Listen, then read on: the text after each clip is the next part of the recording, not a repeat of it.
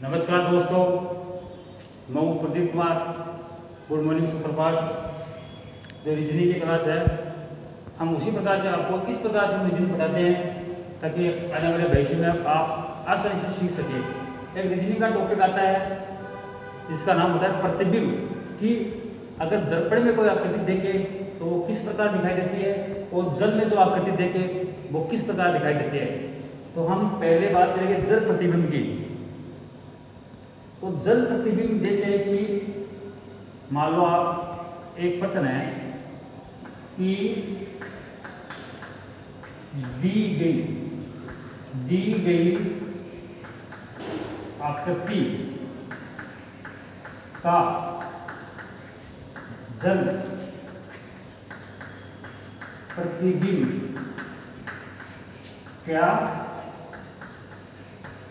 होगा। अब मान लो आपके सामने यह आकृति दी है,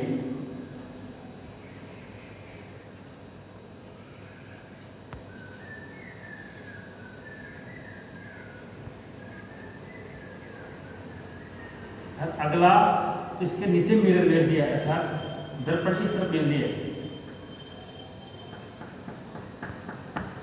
तो अगला ऐसे पूछ रहा है कि इसकी जल प्रतिबिंब क्या होगा।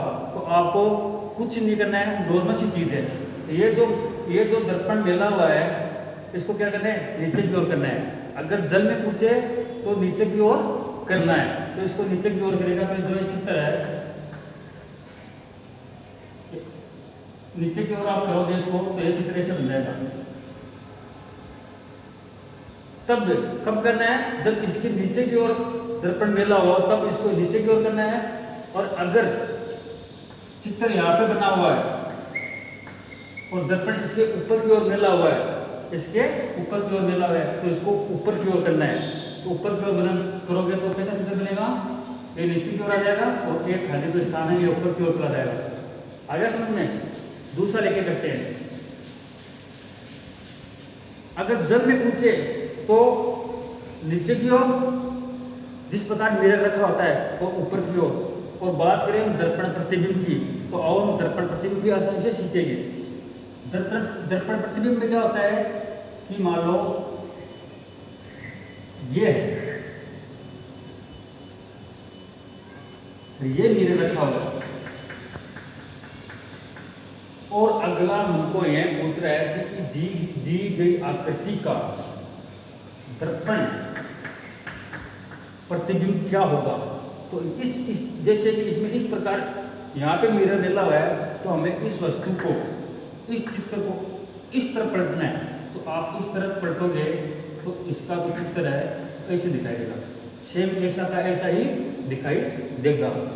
और अगर मिरर इस तरफ रखा हुआ है ऐसे, तो हमें इसको इस तरफ पलटना है। यानी कि अगर अगला जल पूछे तो ऊपर की ओर और नीचे की ओर, जैसे कि उसमें मिरर मिला हुआ हो। और जो दर्पण पूछे, दर्पण में हमें वस्तु को इस तरफ और इस तरफ करना है। नॉर्मल चीज है। हम दूसरा प्रश्न लेकर दर्पण की ओर से दूसरा चित्र बनाएंगे। जैसे कि चित्र ऐसा है,